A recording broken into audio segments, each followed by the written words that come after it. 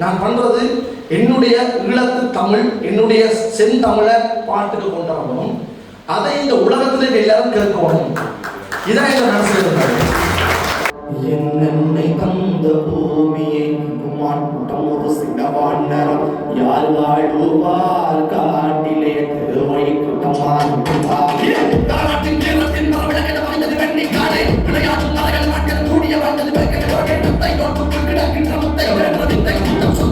கலாச்சாரம் முற்றுமுழுதான் யாழ்ப்பாணத்துல இல்ல. அப்படி இல்லாம இருக்கிறதே எங்க இளைஞர்களுக்கு ஒரு பெரிய ஒரு நான் என்ன சார் நமக்கு இந்த பழக்கங்களே இல்லை. எங்களோட இடத்துல கொமனாவே இளப்பகுதியில் பார்த்தீங்கன்னா இப்படியான ஒரு கரிமாட விடுதிகளோ அல்லது எப்படி சொல்றது தேவையில்லாம இளைஞர்களுடைய உடன் திரும்புற பகுதிக்குரிய பகுதிகள் இல்லை. என்னுடைய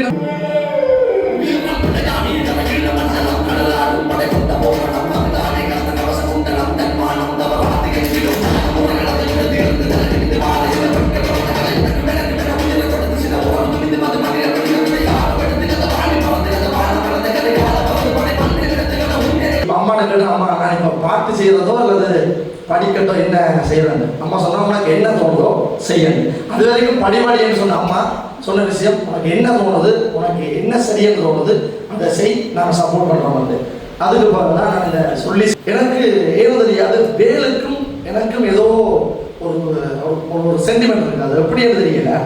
நல்லூர்ல முருகன் வெளியில வரைக்கும் பார்த்தீங்கன்னா ஒரு அரசன் போருக்கு வெளியில வரைக்கும் வந்தனாலே அந்த முரசெல்லாம் முழங்க வெளியே வர பார்த்தீங்கன்னா உள்ள இருக்கும். ஒரு நிகழ்கால வாழ்க்கையில ஒரு அரசனை நீங்க பார்க்கணும் என்றால் நல்லூர் முருகன் வெளியில வரைக்கும் பார்த்தீங்கன்னா அந்த ஃபீல் வரும். வெட்டும் வெட்டி முழங்குது வெற்றி தைப்பூசத்துக்கு வயதில் இருந்த முருகனுக்கு வரைக்கும் சரி இல்லை பிள்ளையார் காவலில் இருக்கையும் சரி மனசுல வச்சுக்கிறாங்க. அதைத்தான் தோளிலே நான் காவடி சுமந்து ஓடினேன், மேடு பாலங்கள் கடந்து ஆடினேன், அவனாலயம் நுழைந்து பாடினேன், வடிவேலனை நினைத்து உலகம் என்னுடைய மனசுல இருந்தது இந்த முருகனை பத்தி. தந்தைக்கும்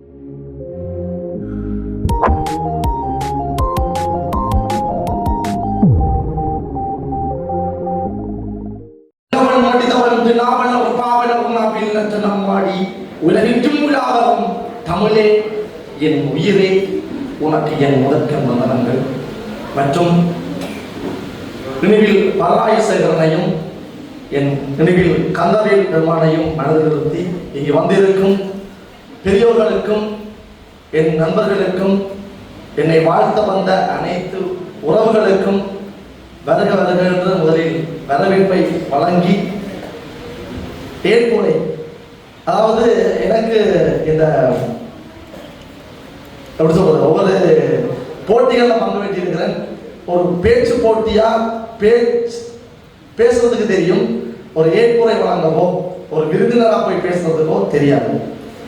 நான் ஒவ்வொரு விஷயத்தையும் ஒவ்வொரு இடத்தையும் பார்த்து தான் உடனே நான் அதை ட்ரை பண்ணி பார்ப்பேன், இதனால் முடியுமா முடியாதான்னு.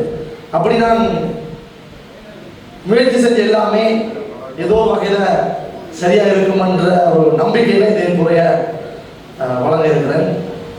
அதுல எல்லாருக்கும் முதல் இந்த பாராட்டு விழா இது வாகீசனுக்குரிய பாராட்டு விழா கிடையாது. இது இந்த மண்ணுக்கான பாராட்டு விழா. அதோட இது என்னுடைய அம்மா அப்பாவுக்கான, என்னுடைய தமிழுக்கான பாராட்டு விழா. அப்படி பார்த்துதான் நான் அந்த பாராட்டு விழாவுக்கே ஓமன்னு சொன்னான். இல்லாட்டி இந்த பாராட்டு விழாவில் எனக்கு விருப்பம் இருக்கல. உண்மையிலேயே பாராட்டு விழாங்கிறது ஒரு தனி மனிதனுக்கான விஷயம் கிடையாது. அவன் என்ன செய்யறான், அதனால என்ன நடக்குது, சமூகத்துக்கு என்ன கிடைக்குது என்று வச்சுக்கொண்டுதான் பாராட்டு விழா. அந்த வகையில முதல்ல நான் இந்த அம்மா அப்பா சார்ந்து பேசிவிட்டு அடுத்த வருஷத்துக்கு வாங்க. நான் பிறந்து வளர்ந்து ஆரம்ப கட்டத்தில் அறநிலை பாடசாலை திருநெல்வேலி தமிழ் பல்கலைக்கழகத்தில் அம்மா ஒரு அறநிலை ஆசிரியர். அங்கே நான் முதலா சின்ன சின்ன தேவாரங்கள், சின்ன பேச்சு போட்டிகள் அதெல்லாம் பங்கு பெற்றி, அதுக்கு பிறகு பாடசாலை கல்வியில எனக்கு கல்வியில ஒரு சுட்டித்தனம் இருக்குது. அதனால கொஞ்சம் அந்த படிப்புல கொஞ்சம் குழப்படிய கொள்வேன். ஆனால் அம்மாவுக்கு கொஞ்சம் பயம். அது உண்மையாவே அம்மா ஒத்துக்கொள்வா, அம்மாவுக்கு பயம். அதனாலேயே கொஞ்சம் படிப்புல இன்னும் கொஞ்சம் ஆர்வம் காட்டுறது. இங்க அரிச்சுலம் மாஸ்டர் இருக்கிறார், அரிச்சுலம் ஐயார்கள், அவர்கிட்ட நான் அடிவாங்க நாளும் கிடையாது. அதை மாதிரி அவர்கிட்ட படித்து அவர்கிட்ட வழிகாட்டல் தான் அடுத்த கட்ட இதை நகர்விக்கின்றது. ஏன்னு சொன்னால் ஒரு வகுப்புல ஒரு மாணவன் குழப்படி என்று சொன்னால் அதுக்குரிய கண்டிப்பும் இருக்கணும், அதற்கான கல்வி முறையை சரியாக கொடுக்குற முறையும் இருக்கணும். அது அங்கிருந்து கிடைச்சது. ஸோ கல்வி என்று பார்க்க போனால் என்னுடைய அம்மா தான் என்னுடைய முதல் கலைக்குரிய ஆசான். அதனால் என்னுடைய அப்பா தான் என்னுடைய முதல் கலைக்குரிய ஆசான். அதை தாண்டி தான் நான் வீட்டை விட்டு வெளியில் வந்து நான் பயின்றது முதலாவது சாந்தி டீச்சர்கிட்ட நடனம் அக்கா ஆடி கொண்டு கேட்கல. நான் கிளம்பி நின்றுக்குள்ள கை வச்சு வந்து டான்ஸ் பண்ணேன், வாழ்ந்து கூப்பிட்டு ஆட விட்டு நடனம் பயின்றேன். அதுக்கு பிறகு அப்படியே குமரவள் சண்டை படித்தேன். அது மாதிரி என்னுடைய பள்ளிக்கூட ஆசிரியர் நகவரன் ஆசிரியர் இருந்தவா அவர்கிட்ட படித்தேன். ஸோ நடனத்துறையில் மட்டும்தான் என்னுடைய ஆர்வம் இருந்தது. அப்படி இருக்க மிருதங்கம் வாசிக்க எனக்கு விருப்பம். மிருதங்கம் வந்து யாரும் வாசித்தா தின்னட்டு ஒரு டிஃபரெண்டான சத்தம் வருது, எப்படி வாசிக்கிறவங்களும் ஆசை. அப்போ அதையும் ஆரம்ப கட்டத்தில் படிக்க ஸ்டார்ட் பண்ணுறேன். நடந்துட்டு போகிறேன்னாண்ட அப்படியே எங்கள் வீட்டுக்கு பக்கத்தில் நான் விக்னர் மாமாவை கூப்பிட்றேன். விக்னர் மாமா இங்கே வந்திருக்கிறவங்க தெரியாது இருக்கிறேன். ஸோ ஐயா பின்னுக்கு இருப்பேன். நான் அங்கே வந்து சரஸ்வதி பூசை நேரத்தில் இருந்து மிருதங்கம் வாசிப்பேன். அப்போ என்ன மிருதங்கம் வாங்குறவங்களுக்கு அம்மாக்கள்டையோ அப்பாட்டையோ வசதி இல்லை. அப்போ என்ன செய்யறாங்க, இந்த அப்பா வந்து கடையில் இருந்து கொண்டு வர அந்த கார்ட்போர்ட் பட்டி அதில் உடுப்பாடைக்கு அதெல்லாம் உடுப்பாடுக்கிறது அந்த சைடில் தான் நான் மிருதங்கம் பழகினேன். அது அப்படிதான் கிரேட் 3 வரைக்குமே அப்படிதான் பழகினேன். கிரேட் 4 படிக்கைக்கு தான் நான் மிருதங்கம் வாங்குறேன். அது வரைக்கும் இந்த கார்ட்போர்ட் பட்டி எப்படியாவது நான் மிருதங்கம் வாசியை உடைஞ்சிவோம் அல்லது கதவுல இருந்து வாசிச்சு வந்திருப்பேன். எனக்கு என்ன மனதில் இருந்தால் எனக்கு கல்வியை தாண்டி கலையில் ஒரு ஆர்வம் இருந்தது. அதுக்கு காரணம் இந்த இணைவு. ஏனென்றால் எங்கே பார்த்தாலும் பாடல் மயம், எங்கே கட்டினாலும் ஒரு பாடல் ஒழிச்சு கொண்டே இருக்கும். அப்படியான பாடசாலைகளும் அப்படியான கோயில் வளாகத்தையும் தான் நாங்கள் பிறந்து வளர்ந்த இடம். அதோட பஜனை பாடுறது எல்லாருக்கும் தெரியும்.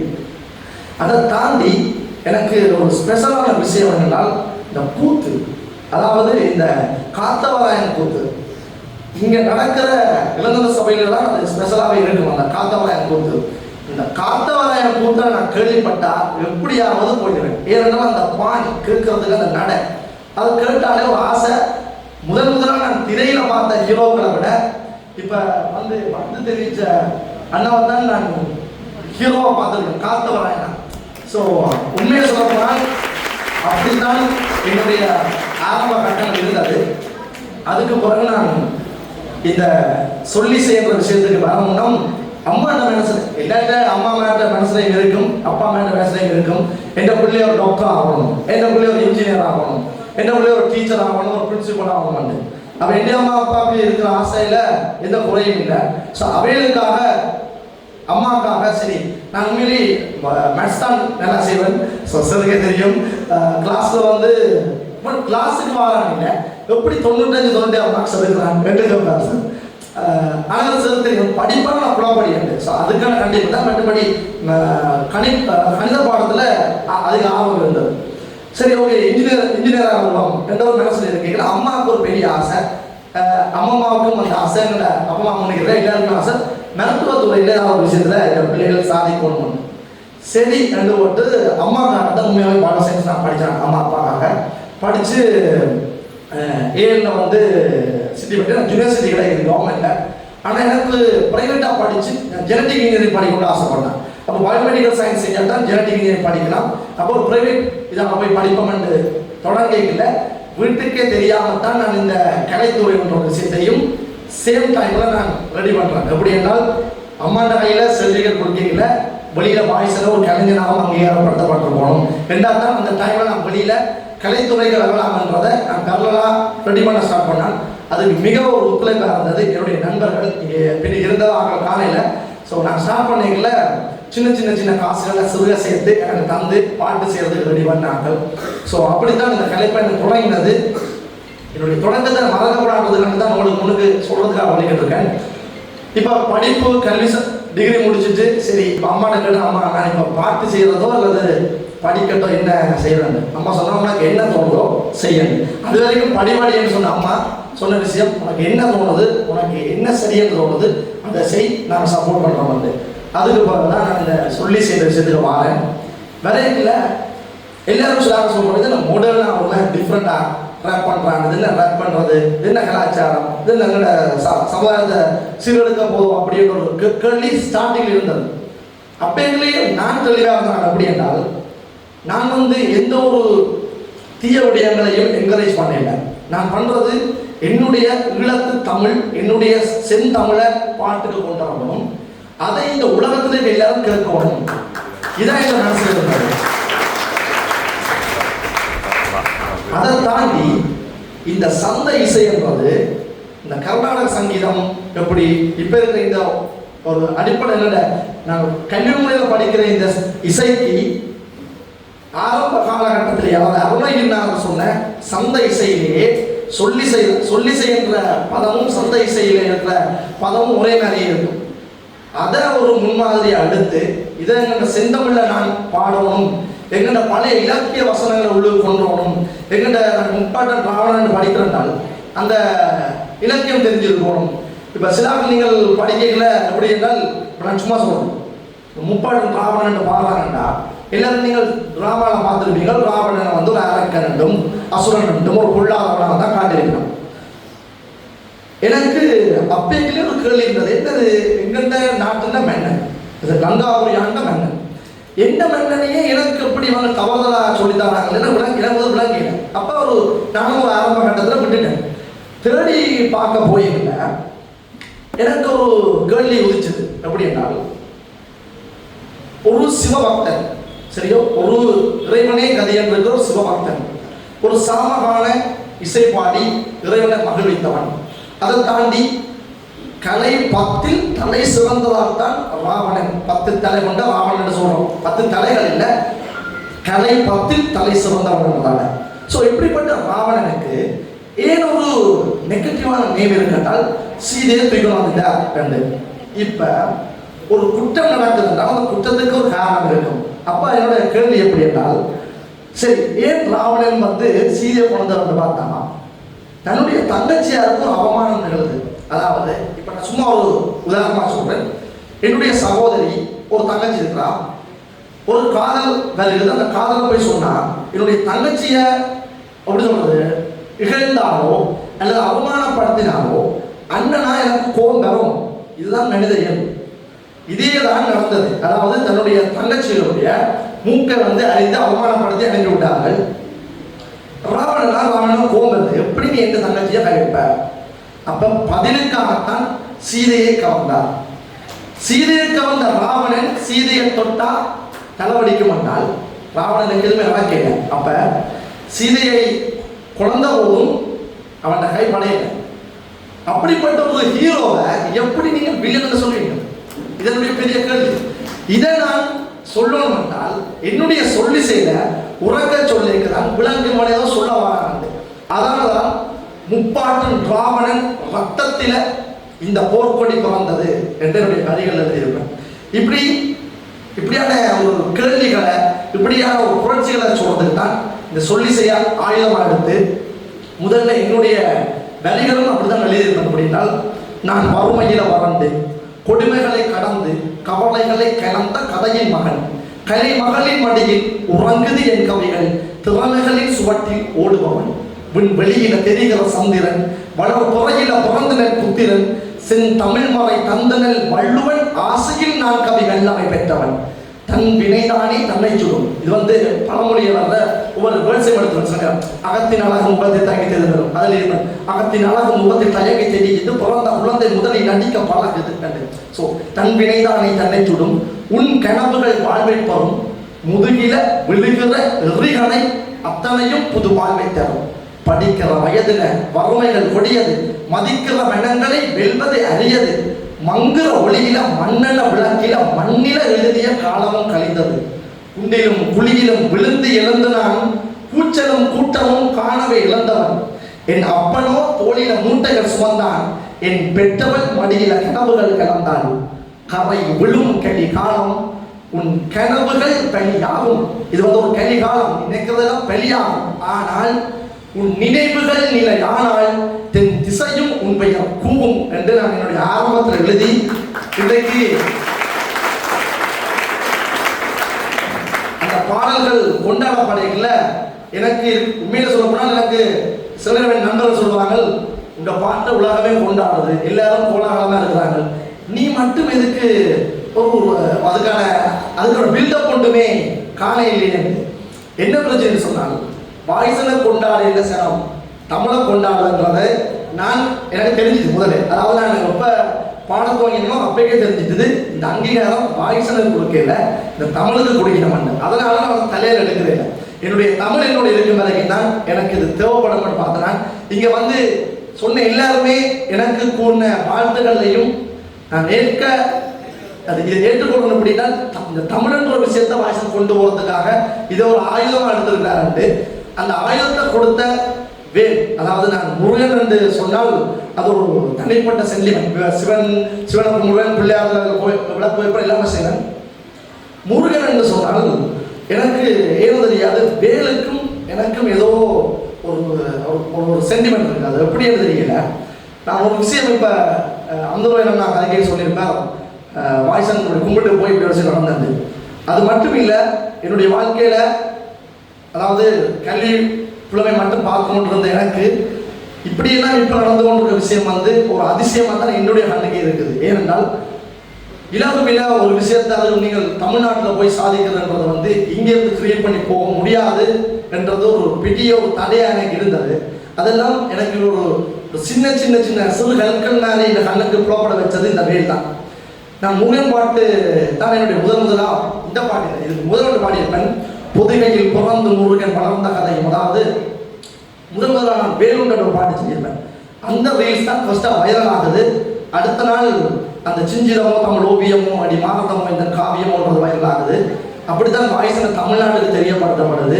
அதுக்கு பிறகு இப்போ இந்த வண்ண மயிலரும் என் தங்க வடிவேலுன்ற பாட்டு எனக்கு ஒரு முதல் பதட்டம் இருந்தது. இதை தாண்டி நான் சினிமா துறையிலான பாட்டுகளும் பாடியிருக்கிறேன். பொண்ணு சிரிச்சா சிலர் கலகலன்று இருக்கும், பக்கத்து வகுப்புல பவித்ராண்டு இருக்கும்.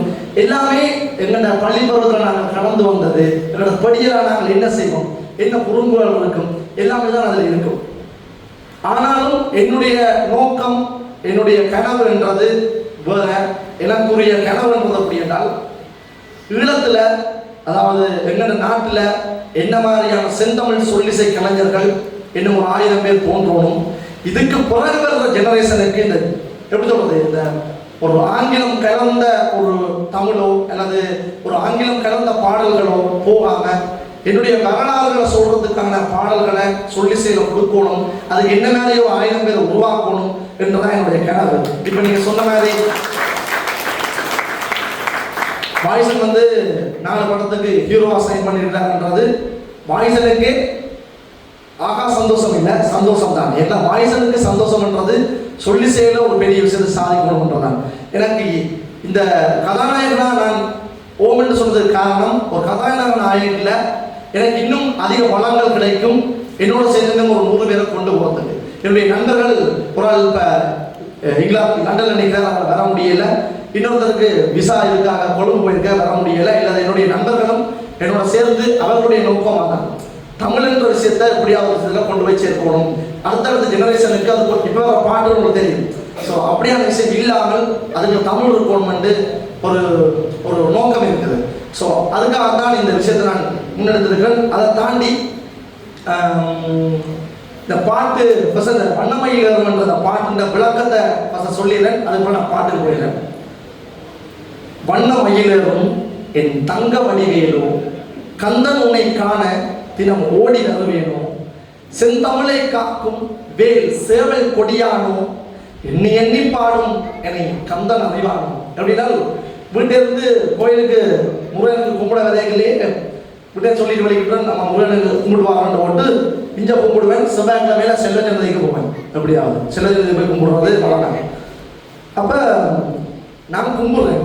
அது முருகனுக்கு தெரியுதோ தெரியலையோ எனக்கு தெரியாது, ஆனால் நான் கும்பிடுறேன். இதைத்தான் எல்லாருமே செய்யணும். எல்லாரும் கடவுளை கும்பிடுறோம், எல்லாருமே ஒரு விஷயத்தை வேண்டுறோம். அதுக்கு பதில் கிடைக்குதோ கிடைக்கலையோ வந்து எங்களுக்கு தெரியாது. நாங்கள் உணர்வால உணர்ந்து கொண்டால்தான் அதுக்கான பதில் கிடைக்கும். ஸோ என்னுடைய அனுபவத்தில் சொல்றேன், ஒரு விஷயம் உங்களுக்கு கடவுள் தாரான்னு நீங்கள் எப்போ நம்ப வலிக்கிறீங்களோ அன்றையிலிருந்து உங்களோட லைஃப் வந்து வேறு மாதிரி மாறும். அதுக்கு எனக்கு அப்படிதான் நடந்தது. ஸோ அதான் எழுதிப்பேன். எண்ணி எண்ணி பாடும் என்றால் கவுண்ட் பண்ணி பாடல. எண்ணி எண்ணி என்றது நான் தினமும் அவனை யோசிச்சு யோசிச்சு பாடிக்கொண்டிருக்கேன். அப்படி பாடுற என்ன அந்த கந்தன் அறிவானோ. தோளிலே காவடி சுமந்து ஓடினேன் அவன் ஆலயம் நுழைந்து பாடினேன் படி வேலன் நினைத்து ஆடினேன் அவன் ஆலயம் நுழைந்தது. அதாவது நான் காவடி என்றது நினைக்கிறேன் முதல் வந்து அம்மா அப்பா தான் இன்னைக்கு தேர் காவடி எடுக்கணும் நேர்ந்துருக்குது, காவடி எடுத்தா காவடி எடுப்பேன். ஒரு வயசு வந்தோடனே ஒரு எல்லா படியிலும் ஒரு 15-16 வயசு வரைக்கும் ஒரு ஒரு வேற மைண்ட் செட் மாறினாங்க. அந்த டைம்ல யோசிச்சேன், காவடி என்றது ஏன் சும்மா நான் உடம்ப வரத்தோணும், எதுக்கு முள்ளு குத்தணும். எனக்கெல்லாம் வந்து ஊசி போடுறதுனாலே பயம், அப்போ முள்ளு எல்லாமே குத்தணும் ரெண்டு ஒரு பெரிய ஒரு கேள்வி மனசுல, ஏன் காவடி எடுக்கணும் அப்படின்னு. இப்படி இருக்கல ஒரு சந்தர்ப்பத்தில் எனக்கு வேண்டிய கடவுள்கிட்ட ஒரு விஷயம் கேட்டே ஆகணும். அப்படி ஒரு ஒரு ஒரு சந்தர்ப்பம் ஒன்று எனக்கு வந்தது என்னுடைய குடும்ப ரீதியான. அப்போ சரி சொல்லிடுறேன், என் அக்காவுக்கு வந்து முதல் தரம் கல்யாணம் செஞ்ச புதுசில் வந்து அக்கா வெளிநாடு போகணும். அதுக்கு முன்னம் அக்காவுக்கு வயிற்றுல பிள்ளை இருக்குது. அது ஒரு எப்படி சொல்றது, எனக்கு முதல்ல ஒரு பயம் உண்டு, அக்காவுக்கு இப்படி இருந்ததுக்கு ஒரு பயம்.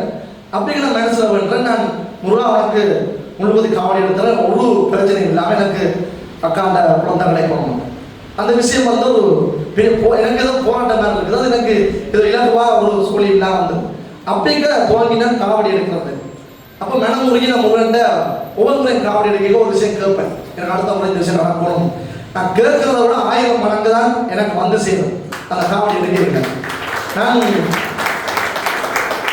தைப்பூசத்துக்கு வயதில் இருந்த முருகனுக்கு வரைக்கும் சரி, இல்லை பிள்ளையாருக்கு காவடி எடுக்கையும் சரி மனசுல வச்சுக்கிறாங்க. அதைத்தான் தோளிலே தோளிலே நான் காவடி சுமந்து ஓடினேன் மேடு பாலங்கள் கடந்து ஆடினேன் அவன் ஆலயம் நுழைந்து பாடினேன் வடிவேலனை நினைத்து. இவ்வளவு என்னுடைய மனசுல இருந்தது இந்த முருகனை பத்தி. தந்தைக்கு உபதேசம் செய்து சுவாமி மலை ஆண்டவன் நீ, தந்தைக்கு உபதேசம் செய்து சுவாமி மலை ஆண்டவன் நீ, மாம்பழத்தில் கோபம் கொண்டு பழனிமலை ஆள்பவன் நீ, பொங்கு கடலோரமாக செந்தூரிலே வாழ்பவன் நீ, வள்ளி தெய்வ யானையுடன் திருத்தணிகை நாயகன் நீ, தனக்கொரு தனித்துவ படையென நிலமென வான்மையில் ஏறியவன் முருகன் பாடங்கள் சொன்ன மகன். அதாவது அம்மா அப்பாவோட கோயிச்சு வந்து ஒரு படியை வழியில போறான், போயிட்டு ஒரு 2 வயசு பொடி மாதிரி வாங்குவேன். அப்படிதான் முருகன் வீட்டை போயிச்சு கொண்டு வெளியில போறான். போனவன் என்ன செய்யறான், மேலையில தான் ஒரு குன்றில் நின்று கொண்டு தான் இருந்த இடத்துக்கு தெரிய இடம் எல்லாமே தன்னுடைய நாடு தன்னுடைய தேசம் வந்து அரசனா முருகன் பார்க்கிறான். ஸோ அதுதான் அங்கே 2 விஷயத்தை மென்ஷன் பண்ணியிருப்பேன். பார்வதி மகன் நான் இன்னும் சொல்றேன் கரியாளன. ஸோ அவரையும் அதில் அவரில் இருக்கிறார் என்னுடைய பாதை. அப்படின்னால் தனக்கொரு தனித்துவ படையென நிலமென வான்மையில் ஏறியவன் முருகன் பாடங்கள் சொன்ன மகன். இப்படித்தான் இருக்கணும், இந்த அறநிலை இதுதான் நாங்கள் தமிழ் மக்கள் பண்பாடு, இதுதான் கலாச்சாரம், இப்படித்தான் நாங்கள் இருக்கணும் என்ற பாடங்கள் சொன்ன மகன். யாரும் எனக்கு இல்லை என நாதியற்று நாங்கிறங்க, எங்களுக்கு யாருமே இல்லையோ எங்களுக்கு காப்பாற்ற மாட்டோம் கேட்கல. கரம் கொடுக்க வரப்போ வந்தது ஒரு வேல், அதனால நின்றதும் ஒரு வேல் தான், அது பார்வதி மகன். ஸோ யாரும் எனக்கு இல்லை என நாதியற்று நாங்கில ஆறுதல் சொன்ன மகன், அவன் ஆறுதல் வென்ற மகன். வா என்னை காக்கும்படி வேலையா, நீ இன்றி வேறு துணை யாரையா ஆரையா, பொதிகையில் புறந்து முருகன் வளர்ந்த கதையும் பிறனவ பொருள் மறந்ததில் வேல் சினந்தன்று கொடுத்த சுவையும், வள்ளி தெய்வ யானையுடனே காட்சியவளும் தன்னிகையின் நாயகன் உன்னை காணையில் இன்னல் ஓடி மறையும்.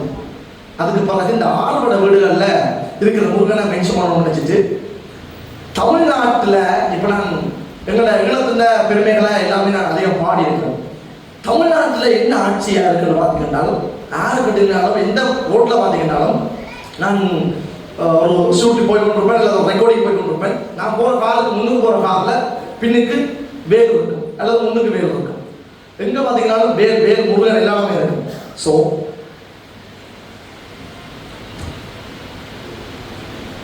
எந்தனையாலும் சுந்தர வேலும், சுந்தர வேலுனால் வடிவான வேல், எந்தனையாலும் சுந்தர வேலும் சேவல் கொடியேறும் செந்தமிழ்நாடும்.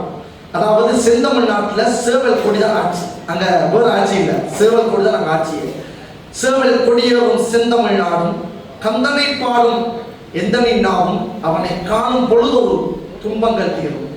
குமரனை கண்டதும் எனக்கு கவலை இல்லடா, குன்றத்துக்கு குமரன் இல்லடா, என்றைக்குமே முருகனை நான் மறந்தது இல்லடா. எனக்கு தீயது வந்தாலும் நல்லது வந்தாலும் நான் முருகனை மறக்க மாட்டேன். அஞ்சு இடங்கா நான் இறக்கல் அல்லவா, அஞ்சு இடங்கா நான் கடம்பன் புள்ளடா, கடம்பனை மறந்தது இல்லடா, மண்டியிட்டு மண்ணில் விழ என்ன விட்டதும் இல்லடா, என்னை விழுந்து கொண்டு விட்டது கிடையாது. அதாவது நான் அவமானங்களை ஃபேஸ் பண்ணியிருக்கிறேன், விமர்சனங்களை பார்த்துருக்கேன், ஆனால் தோற்றது கிடையாது. தோற்க விடாமல் என்ன வச்சுக்கிறது அவன் தான். அஞ்சு அடங்கா இதுல தான் திரும்ப நான் எங்கட தமிழுக்கு வரும் அப்படின்னால், ஈழத்தமிழ் சொன்னால் அஞ்சு அடங்கா நான் அரக்கன் இல்லவா, ராவணன் நீங்க அரக்கன் என்று சொன்னாலும் சரி, அசுரன் என்று சொன்னாலும் சரி, சரி அப்ப நானும் அரக்கனே, நானும் அசுரன் என்று நானும் ஏற்றுக்கொள்வேன். அஞ்சு அடங்கா நான் அரக்கன் அல்லவா, அருண் தமிழ் கிறுக்கன் அல்லவா, ஆறு முகன் ஆளும் மண்ணில் வாழும் தமிழன் அல்லவா என்று முடிச்சிருப்பேன். அதுக்கு பிறகு காக்கிற ஆறுதோடன் காக்கிற கடமையும் எழுது ஐயனை பெண்ணிரு கைகளும் காக்கிற கடமையில் பாய்ந்து குற்றம் ஒரு சற்றும் இனி தொட்டும் தொடராமல் என்னை காக்கும் கந்தா கடம்பா பழனி பதிவான் முருகாம் வெட்டும் பாவ அடி முழங்குது வெற்றி வேலாயுதன் படை இறங்குது. நல்லூர்ல முருகன் வெளியில வேலைக்கு பார்த்தீங்கன்னால் ஒரு அரசன் போருக்கு வெளியில வேலைக்கு வந்த மாதிரி அந்த முரசெல்லாம் முழங்க வெளியில வர பார்த்தீங்கன்னா உள்ளரிக்கும். ஒரு நிகழ்கால வாழ்க்கையில ஒரு அரசனை நீங்க பார்க்கணும் என்றால் நல்லூர் முருகன் வெளியில வேலைக்கு பார்த்தீங்கன்னா அந்த ஃபீல் வரும். வெட்டும் பாற வெட்டி முழங்குது வெற்றி வேலாயுதன் படை இறங்குது, முட்டும் கடல் முந்தி அடிக்குது, கந்தனை காணக்கன் தேடி துடிக்குது, காலடிகள் தாண்டி தூக்கிய காவடிகள், கடம்பனை போற்றிய காவடிகள், சக்திக்கரை முத்துக்குமரனின் முத்தமிழ் பேரலைகள் என்று இந்த பாட்டை முடிச்சிருப்பேன். இந்த பாட்டு இப்ப கேரள மண்ணில் ஒரு முருகன் பக்திமயமாக தான் வைரலாக இருக்கு. எந்த ஒரு கேளிக்கையாவோ அல்லது ஒரு டான்ஸ் பண்ணினாலும் ஒரு பக்திமயமான சூழல் தான் அது வைரலாக இருக்குது. ஸோ அப்படியான ஒரு ஒரு ஒரு ஒரு ஒரு பிரபலத்துக்கு நான் ஒரு பாடல் செஞ்சிருக்கிறேன்றதை நினைச்சு சந்தோஷமா இருக்குது. அதை தாண்டி இங்க வந்து இவ்வளவு நேரம் இருந்து என்ன வாழ்த்துறதுக்கும், என்ன வாழ்த்துறதுக்கு இல்லை தமிழை வாழ்த்துறதுக்கும் இவ்வளவு நேரம் கொண்டு கூடியிருந்த எல்லாருக்கும் என் உறவுகள் எல்லாருக்கும் நன்றியை கூறிக்கொண்டு இப்ப மூலக்காண்டி பெர்ஃபார்ம் பண்ண போற பாட்டு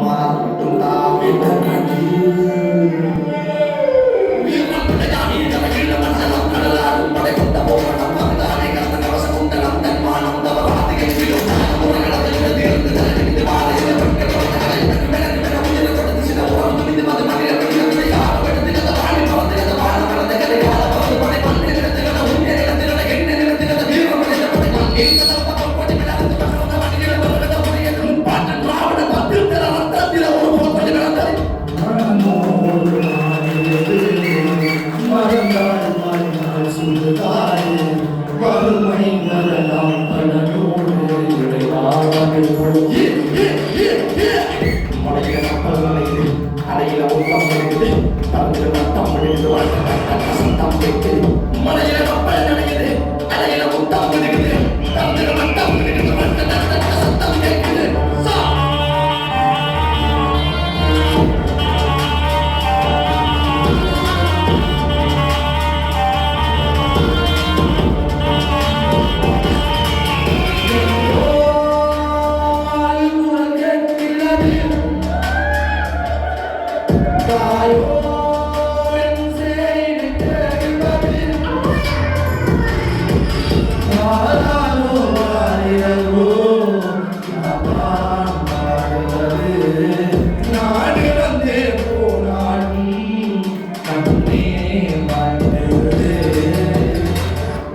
என்னை தந்த பூமியை மாட்டம் ஒரு சில வாண்டரம் யார் வாழ்வார் காட்டிலே திருவை கூட்டமான்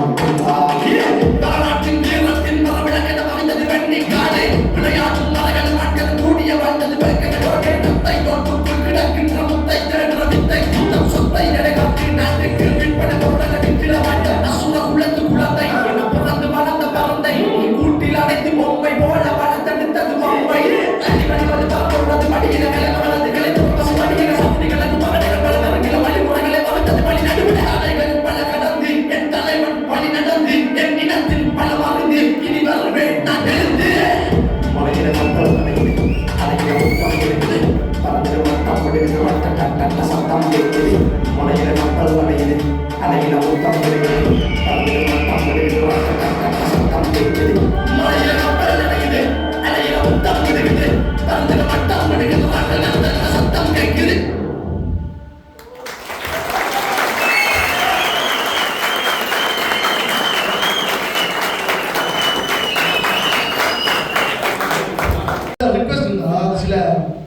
என்னென்ன சில விஷயங்கள் தெரியப்படுத்திருக்காங்க.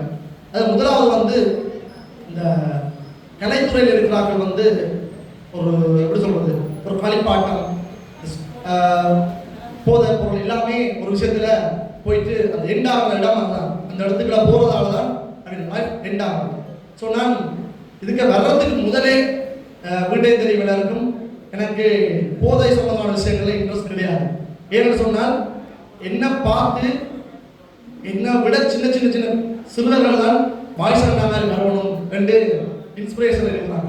ஸோ அப்படி இருக்கிறவனுக்கு நான் ஒரு ஒரு போதை பாவிச்சு வந்து ரெண்டு ஸ்டேஜில் பாடினாலோ இல்லை ஒரு தேவையில்லாத விஷயத்தை பாட்டுக்கு சொன்னாலோ நாளைய சமுதாயத்தை நான் பலதாக்க நான் விருப்பப்பட்டதால அந்த விஷயத்தை இது வரைக்கும் செய்யவும் இல்லை செய்யவும் அதை நான் சொல்லியிருக்கேன். அதை விட நான் சொன்ன என்னுடைய சமுதாயம் தான் அதாவது வாய்ஸை தானா முளைச்ச காலம் இல்லை. என்னுடைய குடும்பம் என்னுடைய சமுதாயம் என்னுடைய சூழல் தான் இதை கிரியேட் பண்ணது. அதுக்கு ஒரு சின்ன உதாரணம் சொல்றேன்.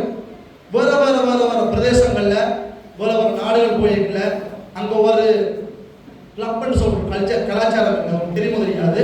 சில கிளப்னு சொல்ற கலாச்சாரம் இருக்கு.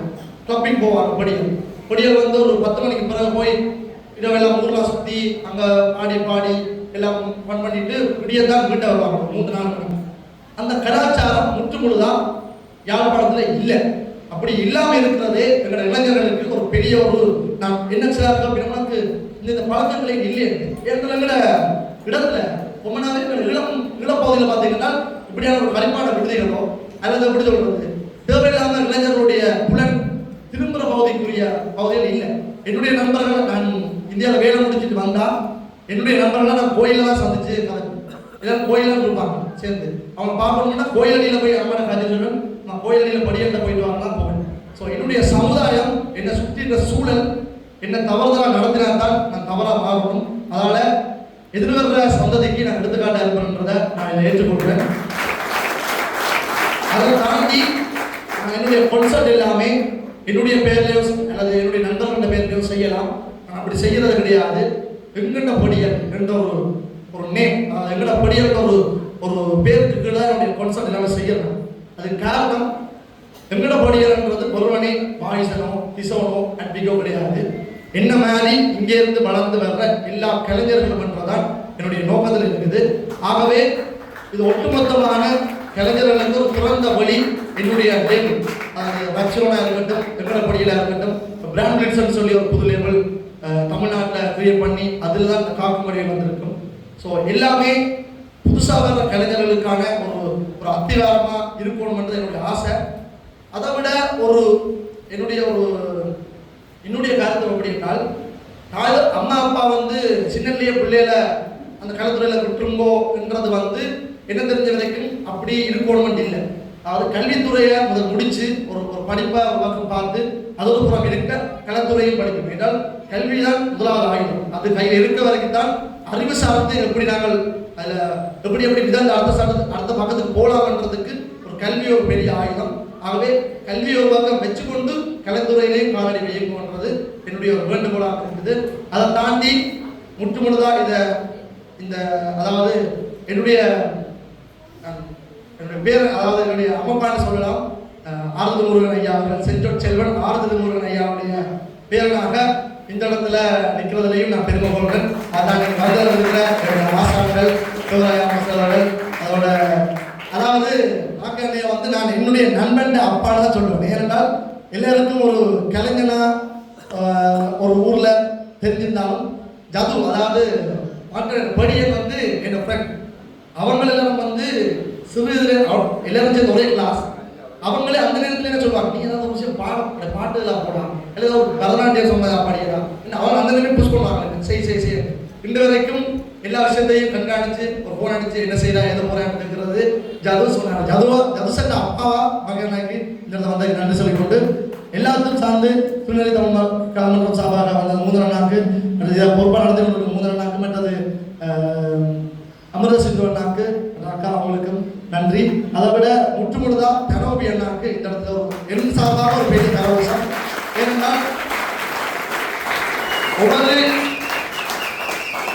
இந்த நினைவு வளாகத்துக்குள்ள இருக்கிற எல்லா படியும் ஒன்று திரண்டோடு நிற்கிறாங்க என்று சொன்னால் அது ஒரு ஒரு தலைமத்துவம், ஒரு கரெக்ட் இருக்கும். ஸோ அந்த விஷயத்தை கிரியேட் பண்ணி